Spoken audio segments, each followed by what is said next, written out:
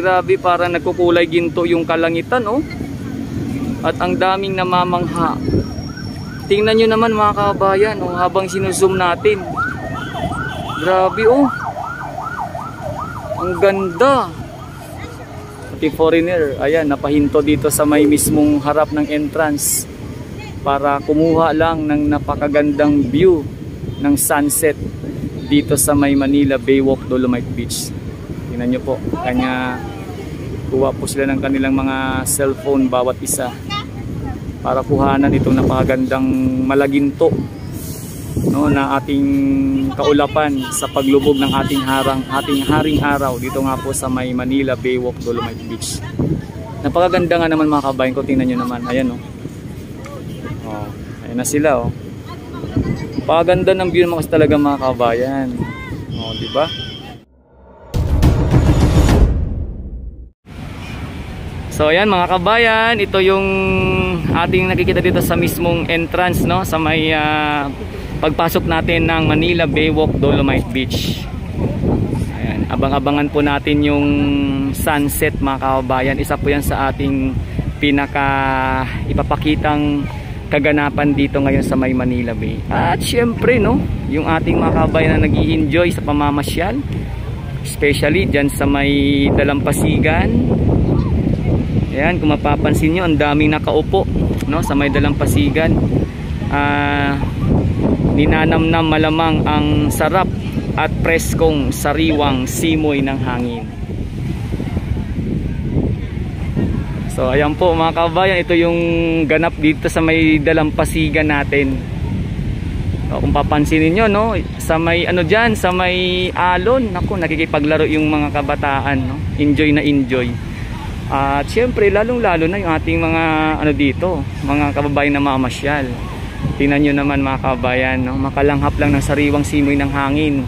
Kita nyo, no, di ba, nakaupo sa Dolomite Sand at habang ano, ninanamnam ang ganda ng view ng dagat at makalanghap ng sariwang simoy ng hangin.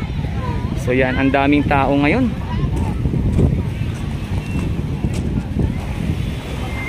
Tingnan nyo, enjoy na enjoy yung mga, lalo na yung mga bata, no. Talagang pag dito nakakalimutan nila mahumamak ng mga gadget. Ma-enjoy lang ang kanilang paglalaro sa Dolomite Beach mga kabayan. Daming tao. Oh, ayan, tingnan nyo naman si ma'am, ang post ni ma'am, ang ganda, oh. Oh. Diba? Ganda, ganyan yung mga post dito mga kabayan, no.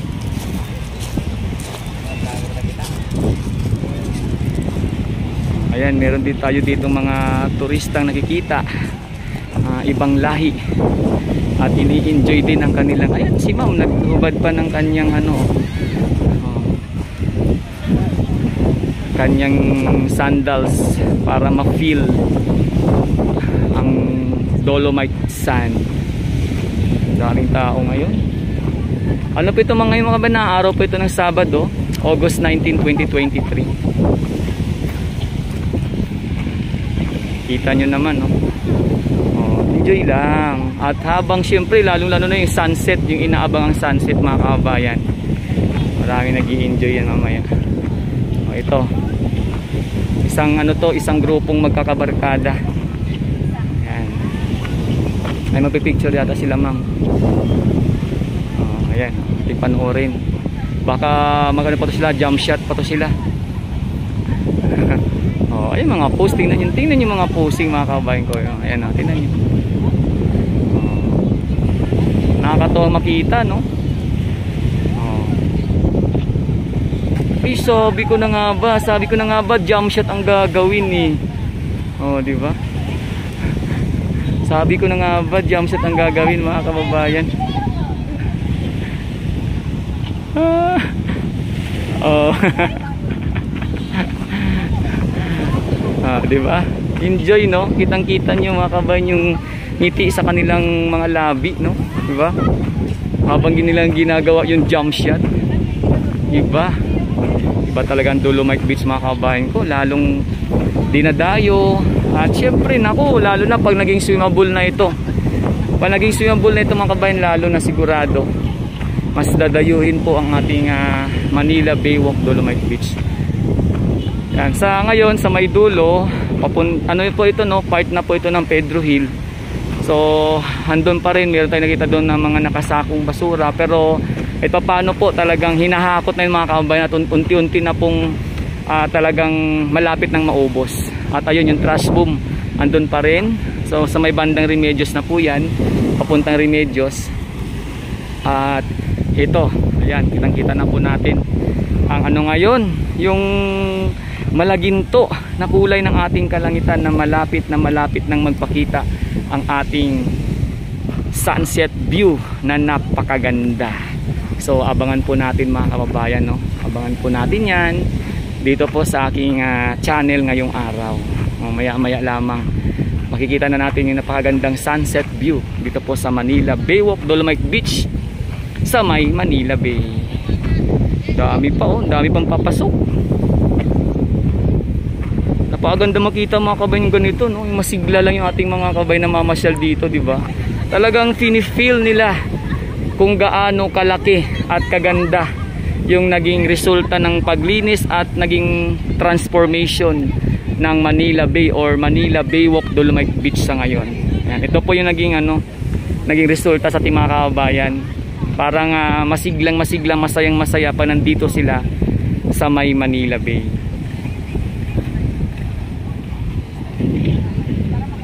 Yan, talagang ini-enjoy po ng lahat ang kanilang pagkuha ng pictures and selfie.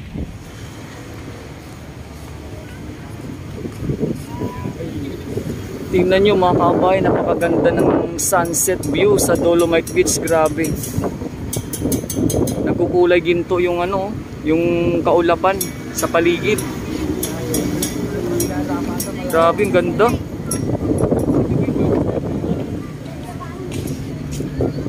Grabe mga kababayan, tingnan nyo. Ayan mga kababayan, tingnan nyo, nagkukulay ginto yung sunset sa Manila Bay, sa Dolomite Beach.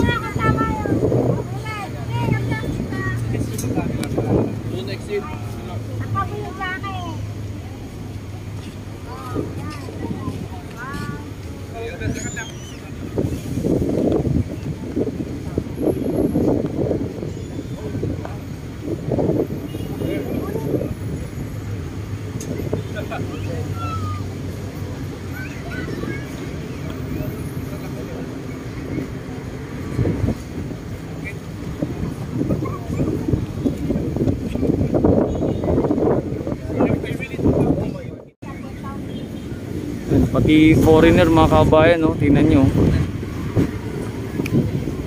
pati foreigner, ayan, napahinto dito sa may mismong harap ng entrance para kumuha lang ng napakagandang view ng sunset dito sa may Manila Baywalk Dolomite Beach. Tingnan nyo po, kanya kuha po sila ng kanilang mga cellphone bawat isa para kuhanan itong napakagandang malaginto, no, na ating kaulapan sa paglubog ng ating haring araw dito nga po sa may Manila Baywalk Dolomite Beach. Napakaganda nga naman mga kabayan ko, tingnan nyo naman, ayan, oh. Oh, ayan na sila, oh. Napakaganda ng view naman kasi talaga mga kabayan, oh, di ba? Oh, in-enjoy po ng ating mga turistang foreigner. Dito po yung napakagandang view sa Dolomite Beach.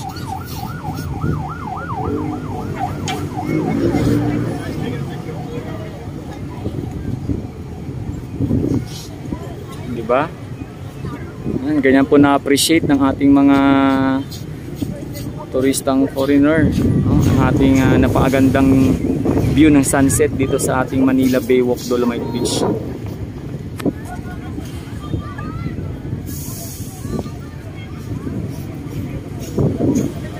So ayan, makita nyo mga kabayan, tingnan nyo naman, no? Malaginto ang ating paligid ng kalangitan. So sa muli po mga kabayan, ito nga pala si Daddy D at salamat po muli sa palaging pag-support ninyo sa aking mga upload dito at live update sa Dolomite Beach. Salamat po ng marami sa mag-share, mag-likes at mag-subscribe dito po sa aking YouTube channel. Isang mapagpalang araw po sa inyong lahat mga kabayan ko. Ingat tayo palagi. God bless us all. Salamat po sa inyong lahat.